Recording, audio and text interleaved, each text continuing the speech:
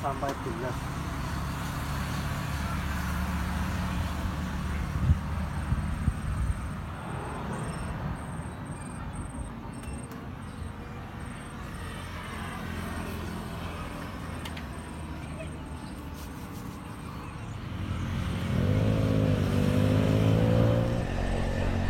Hai teman-teman, apa kabar? Wah, senang banget nih bisa nyapa teman-teman lagi.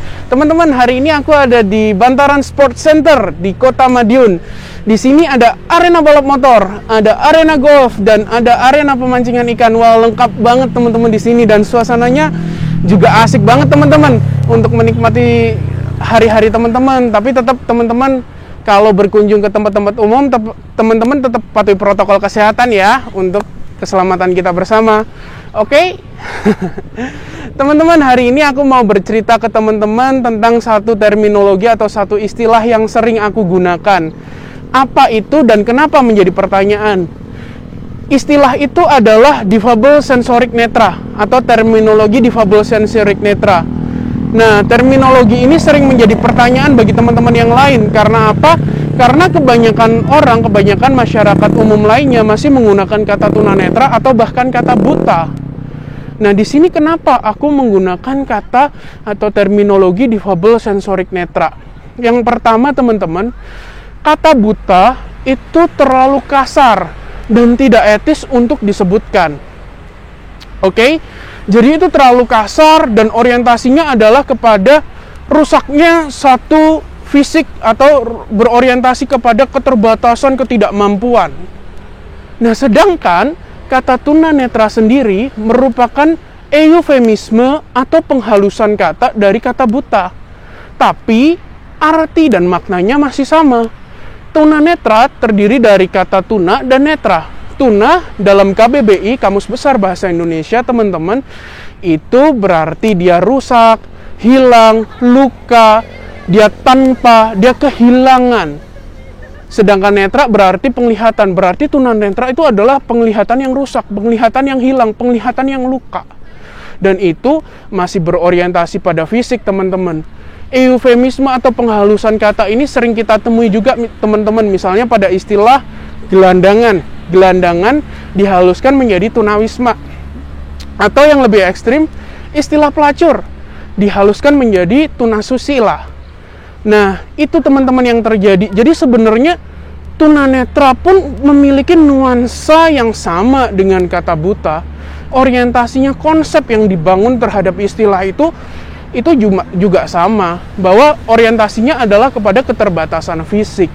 Sedangkan di saat-saat ini, teman-teman, kita semua sedang sama-sama berjuang untuk menciptakan satu dunia yang inklusi, dunia yang nyaman untuk ditinggali oleh semua orang, dunia yang masyarakatnya menerima semua golongan dan semua orang, termasuk teman-teman difabel. Dan istilah adalah satu hal yang penting dan esensial bagi kita semua, karena dari istilah itu bisa muncul stigma, bisa membangun identitas. Jadi teman-teman, alangkah pentingnya kita untuk memperhatikan identitas dan fungsi dari identitas itu sendiri, dan fungsi dari penggunaan istilah itu sendiri, teman-teman.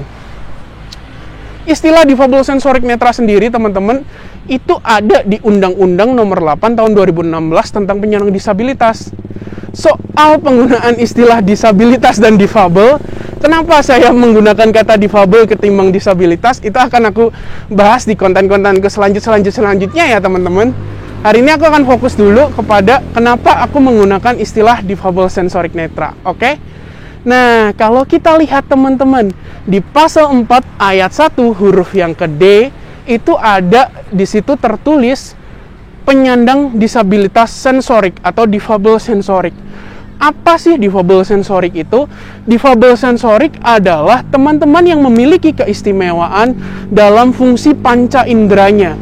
Artinya disabilitas sensorik ini memiliki di antaranya ya, ada difabel sensorik netra, ada difabel sensorik rungu, dan ada difabel sensorik wicara.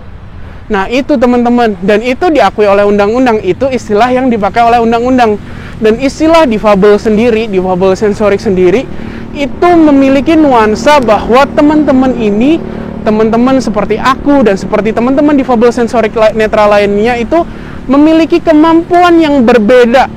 Bukan ketidakmampuan, tetapi kemampuan yang berbeda, kemampuan yang istimewa dalam indera penglihatannya. Nah, selain ada difabel sensorik, ragam difabel lainnya, yang pertama ada difabel fisik. Difabel fisik adalah teman-teman yang memiliki keterbatasan dalam gerak atau mobilitas. Biasanya teman-teman yang mengalami kelumpuhan, teman-teman yang mengalami amputasi, dan berbagai kejadian lainnya. Terus berikutnya ada difabel intelektual atau teman-teman yang memiliki keistimewaan dalam pola pikir. Jadi teman-teman difabel intelektual ini memiliki keistimewaan dalam perkembangan pikirnya dan memiliki keistimewaan dalam pola belajar atau perkembangan belajarnya, teman-teman. Ini meliputi teman-teman dengan Down syndrome atau teman-teman dengan keterlambatan belajar. Nah, yang berikutnya teman-teman, itu ada difabel mental.